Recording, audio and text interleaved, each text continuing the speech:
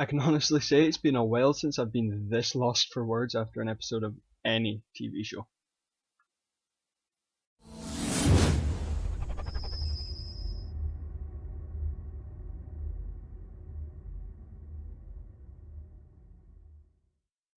Hey guys, I'm Chris, welcome to Teletalk, and today I want to talk about the Flash episode that just aired the other day.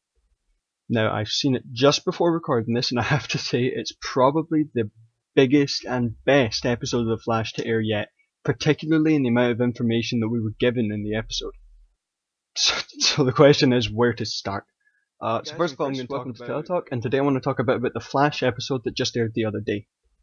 Now, I've seen it just before recording this, and I have to say it's probably the biggest and best episode of The Flash to air yet, particularly in the amount of information that we were given in the episode. So the question is where to start. So first of all, I'm going to talk about, in my mind, the most important thing that happened in the episode, which was Dr. Wells' confrontation of Cisco. So we finally find out for sure that Dr. Wells is on a mission to kill Barry. We find this out after Cisco works out that the reverse flash that we saw in the trap earlier in the season was actually just a recording that was set up by Dr. Wells. And then Wells catches him in the act of finding this out.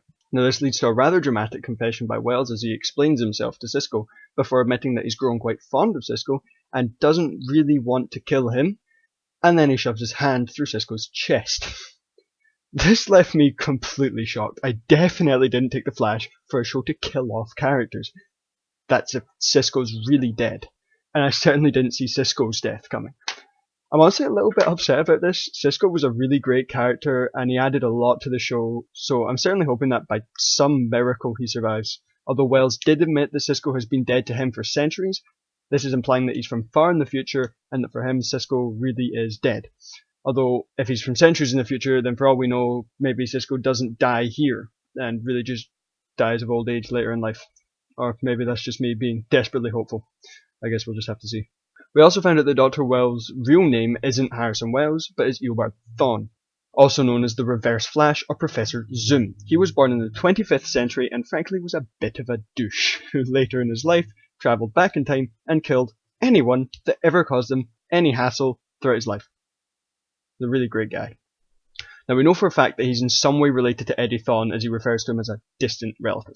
Although I'm interested to see where this goes, as we can more or less confirm now that Eddie probably isn't a second Reverse Flash, or at least not yet. Now, on to other things that happened in the episode.